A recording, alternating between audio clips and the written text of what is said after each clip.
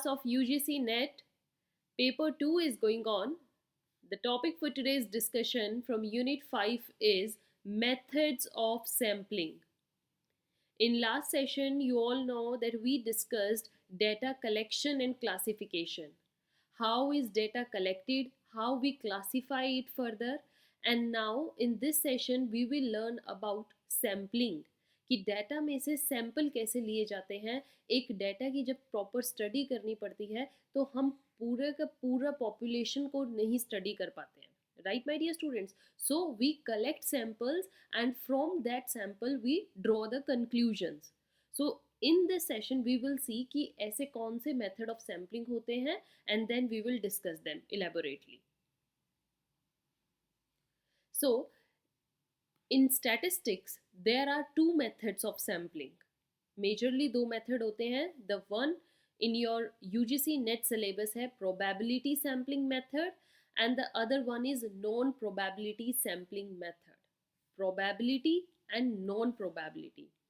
And my dear students, ये बात हमेशा ध्यान में रखिएगा, this topic is not just only important for UGC NET, ये हर तरीके के एंट्रेंस एग्जाम के लिए इम्पॉर्टेंट है. पीजी एडमिशन लगा लीजिए, पीएचडी एंट्रेंस लगा लीजिए, योर इंटरव्यू क्वेश्चन लगा लीजिए, because this subject, the topic that unit 5 is related to research methodology.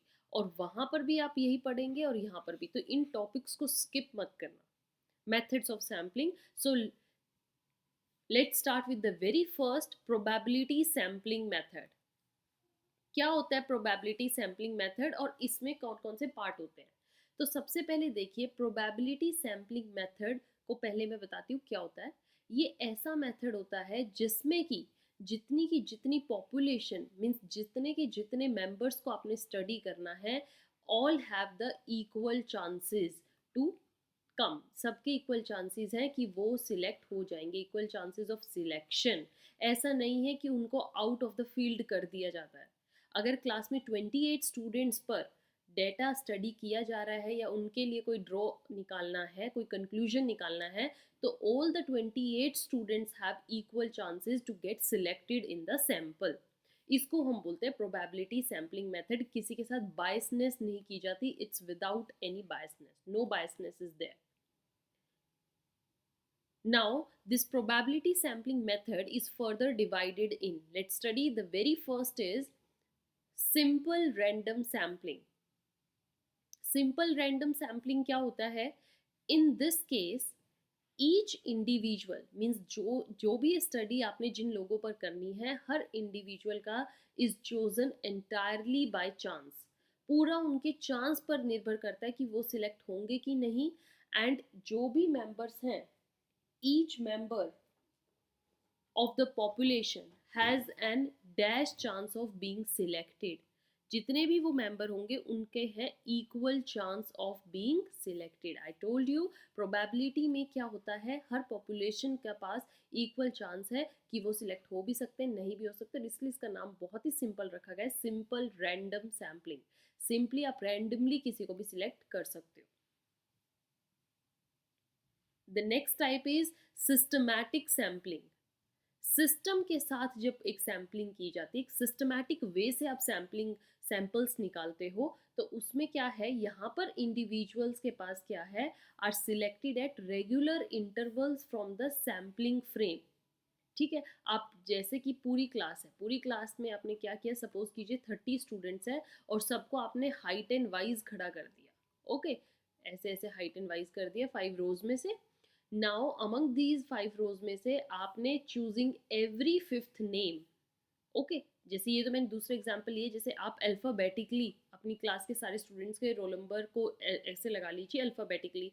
Firstly Jin students का नेम ए से स्टार्ट है वो आ जाएंगे, फिर बी, फिर सी, फिर डी, ऐसी. तो ऐसे आपने सारे स्टूडेंट्स को कर लिया. Now select every 5th child, like जो 5th नंबर पे है, फिर जो 10th पे है, जो 15 पे खड़ा है, जो 20 पे खड़ा है, जो 25 पे खड़ा है, जो 30 पे खड़ा है. तो ये जो 6 स्टूडेंट सिलेक्ट हुए हैं, that is the systematic sampling. पहले आपने एक सिस्टम बनाया और उसके बाद आपने कुछ सैंपल्स को उठा लिया. Right my dear students. Then the third is stratified sampling. Stratified sampling का क्या मतलब होता है? Strata. In it population is first divided into sub groups.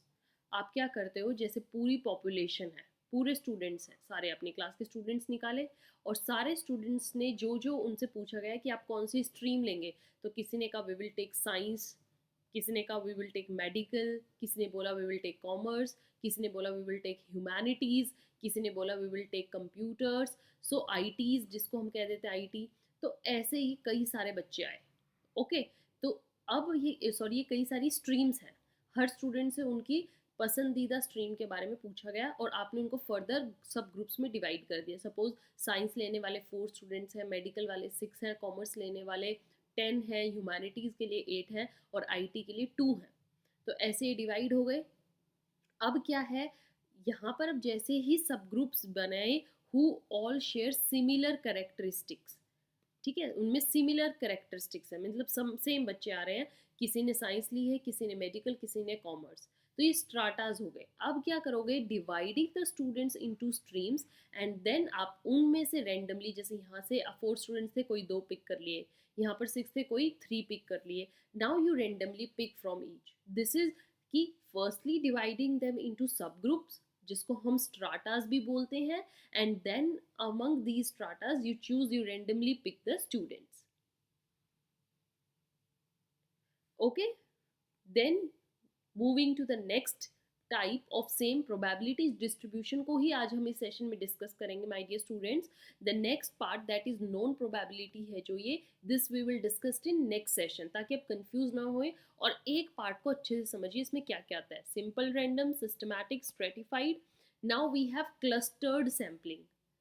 Clustered sampling में क्या होता है, आपने क्लस्टर्स का नाम सुना है? क्लस्टर्स बनते हैं, जो ग्रुप्स बनते हैं। तो ये क्या है, सब ग्रुप ऑफ द पॉपुलेशन यहाँ पर यूज किया जाता है। जैसे अभी हमने जस्ट स्ट्रेटिफाइड में सब ग्रुप बनाए, यहाँ पर भी सब groups are used as the sampling unit. आप उनको क्या करते हो, ये आएगा यहाँ पर are used as sampling unit rather than individuals. तो आपने पूरा क्या किया, पूरे पॉपुलेशन के सब ग्रुप बनाए। The population is now divided into सब ग्रुप, उनको सब ग्रुप्स में डिवाइड कर देते हो further, known as clusters which are randomly selected to be included in the study। जैसे आप इसके एग्जाम्पल से समझिए। सबसे पहले क्या किया आपने, selecting the certain schools in the district, आपने डिस्ट्रिक्ट्स में पहले कुछ स्कूल्स को सिलेक्ट कर लिया। अब आप उसी में से ही पहले एक स्कूल को सिलेक्ट किया and now survey of all the students in them. अब उसी स्कूल के सारे स्टूडेंट्स का आप क्या करोगे, सर्वे करोगे। तो यहाँ पर क्या था, अभी ऊपर वाले से कैसे डिफरेंट है, स्ट्रेटिफाइड में जो सब ग्रुप बनाए सारे सब ग्रुप्स में से आप सिलेक्ट कर सकते हो, बट क्लस्टर में क्या होता है कि पहले आप सारे स्कूल्स को डिवाइड कर दीजिए और एक स्कूल उठाइए और उसके स्टूडेंट्स को स्टडी कीजिए। तो यहाँ पर सिंगल क्लस्टर की एक स्टडी की जाती है। Okay, now the last one is multi stage sampling. Multi stage sampling में क्या होता है, we select a sample by using a combination of different sampling methods। कि आपके पास जितने भी अलग अलग तरीके के जो अभी हमने जस्ट पढ़े हैं, दिस क्लस्टर लगा लो, स्ट्रेटिफाइड लगा लीजिए, सिस्टम लगा लीजिए, सिंपल रैंडम लगा लीजिए, इनमें से किसी भी 2 को कंबाइन करके, 2 या 3 को कंबाइन करके जब आप एक सैंपल निकालते हो, ओके, जैसे आपने क्लस्टर और सिस्टमैटिक को मिला दिया, तो सिस्टमैटिक और क्लस्टर को मिलाने के बाद वो एक क्या बन गया, multi stage sampling. When you join 2 different kind of sampling, probability sampling method, it becomes multi-stage sampling, right? So with this session of probability sampling method, how the sampling method is done under probability method, it is completed. In next session we will complete non-probability sampling method. Okay my dear students, and PDF of this is available on the Telegram पे जाइए और वहाँ पर हमें follow कीजिए with same name, Cracknet with Nishman. वहाँ पर आपको सारे सेशंस के PDF अवेलेबल हैं and also you get all the news there.